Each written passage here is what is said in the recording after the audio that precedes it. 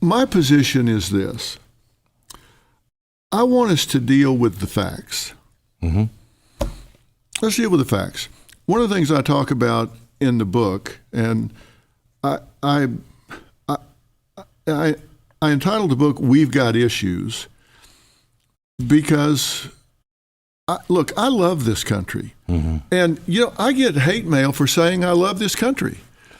But I do. I love this country. I stand up when the flag goes by. I put my hand over my heart when they play the national anthem. And I love this country enough to acknowledge that we've got problems. Right. I'm not so defensive about it.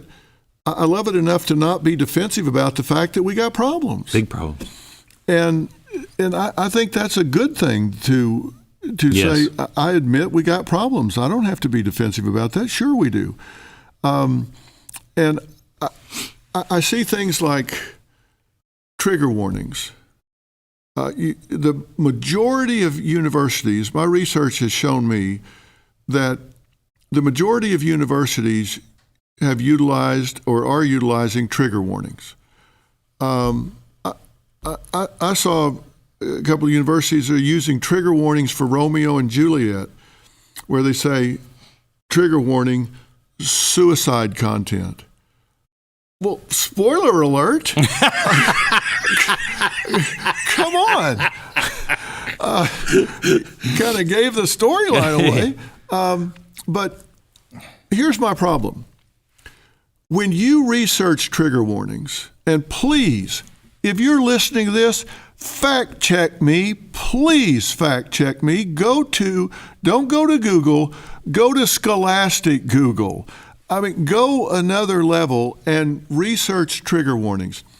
And you will find that the vast majority, overwhelming body of literature says trigger warnings not only don't work, They make you weaker. they actually make you anxious. They actually create the problem that they were designed to avoid. Now, here's why they don't work. There is evidence-based therapy designed to teach people to cope with things that stress them out, right? Systematic desensitization, dialectical behavior therapy. There are a number of evidence-based therapies to teach people to overcome these stressors in their life. Why? Because you can't avoid them. So what do trigger warnings do? They say, okay, some things are going to come up that might stress you, so we're going to warn you, which is stressful, and you can go over here and sit in a corner and avoid this and pretend it's not there. Problem is, when you get out of college and get out in the real world, that doesn't happen. Well, it's starting to. Well, sadly. Yeah. But that pendulum is swinging back. Yes. So you're not preparing people for the real world. These trigger warnings don't work. Research says they actually hurt, and that the better method is to learn to cope with them. So later in life, you're not still paralyzed, whether it's PTSD or whatever it may be, you can have them. And the trigger warnings have been for some really ridiculous things, but assuming that they're for something that was traumatic, you need to learn to cope with that. Now, here's my problem. These universities that are employing them have the same access to the same research that I do.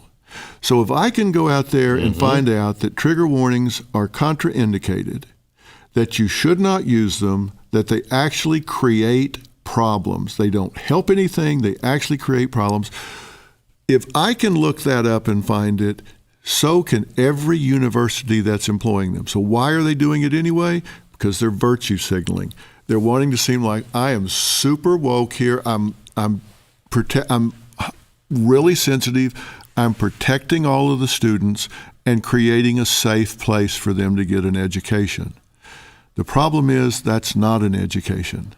The problem is that's teaching them to go on green and stop on red. Here are the keys. Have a great ride. That's not the way the world works. Now, if I can look that up and find it and see it, so can they. So they are knowingly teaching these people something that doesn't help them and actually hurts them.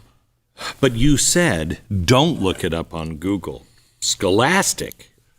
You write, Nathan Sharansky wrote a book called Case for Democracy. In it, Sharansky created what he called the town square test. Explain the town square test.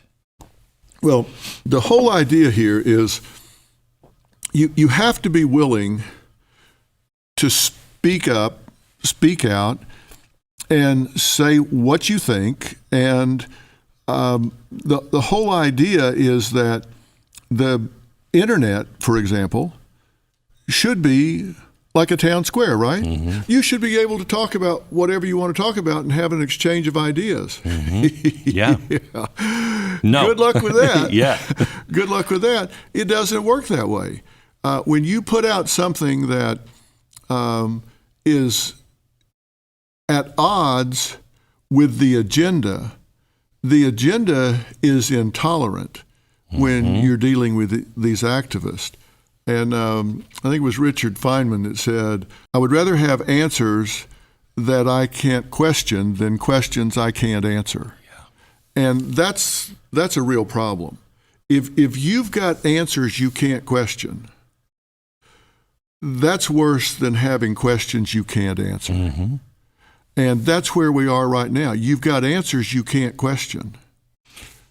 And that's worse than having questions you can't answer. You said at one point that the town square test, the way to know if you're living in a fear society, is if a person cannot walk into the middle of the town square and express his or her views without fear of arrest, imprisonment, or physical harm.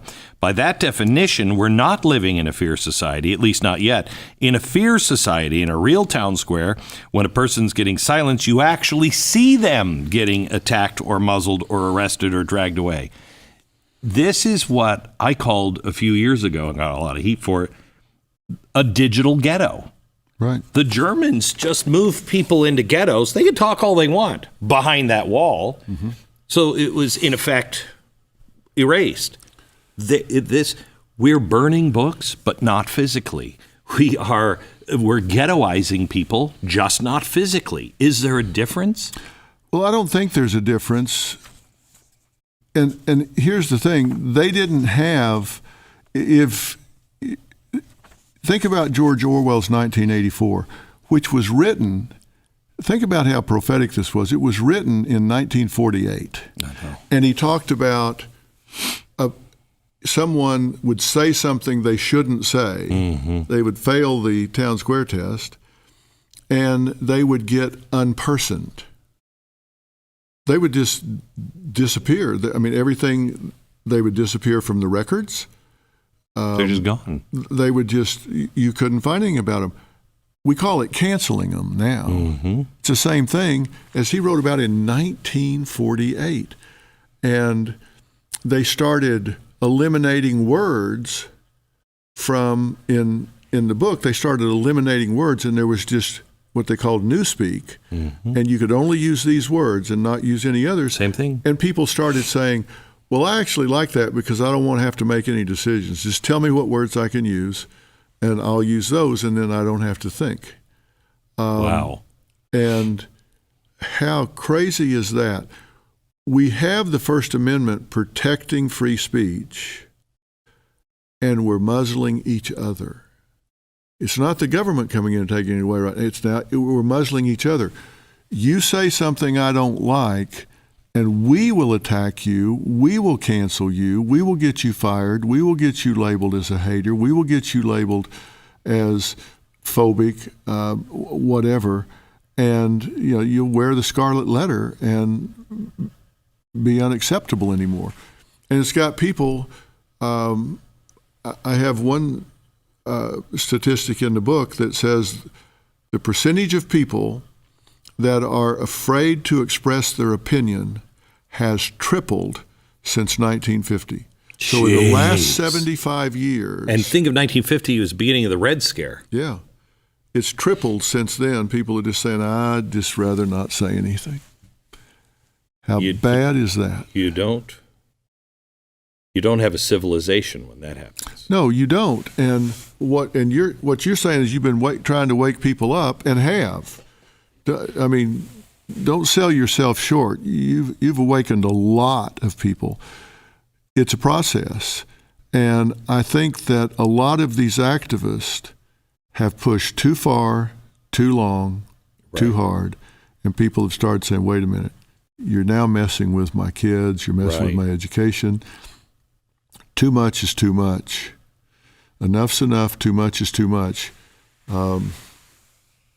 Like my grandmother says, you quit preaching and go on to meddling now. And that's not okay. Right.